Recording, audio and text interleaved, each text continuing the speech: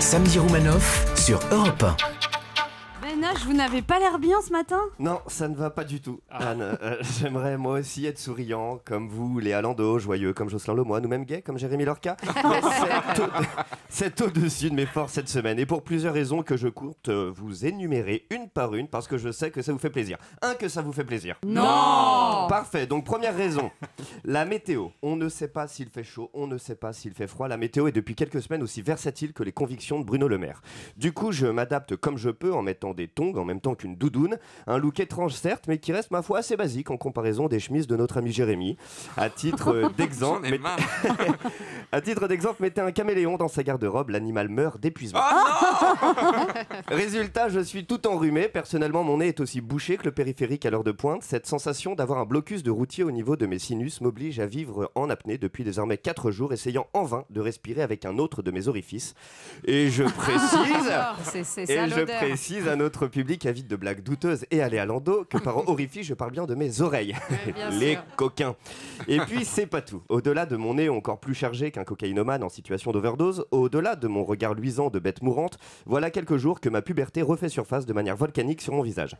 Oui, Anne, si j'ajoute au petit bouton mon humeur actuelle massacrante, sachez que je crains actuellement l'apparition de mes premières règles. Mais la cause de mon malheur est bien plus profonde que ces futiles problèmes météorologiques ou acnéiques. En effet, cette semaine, ma chère Anne Romanoff, je suis en deuil. Le destin est parfois salaud. Et sans prévenir, alors que la vie suivait son cours, j'apprends avec stupeur que Christine Boutin se retire de la vie politique. Cette chronique, Anne, sera donc en quelque sorte un ultime hommage à l'une de mes plus grandes sources d'inspiration.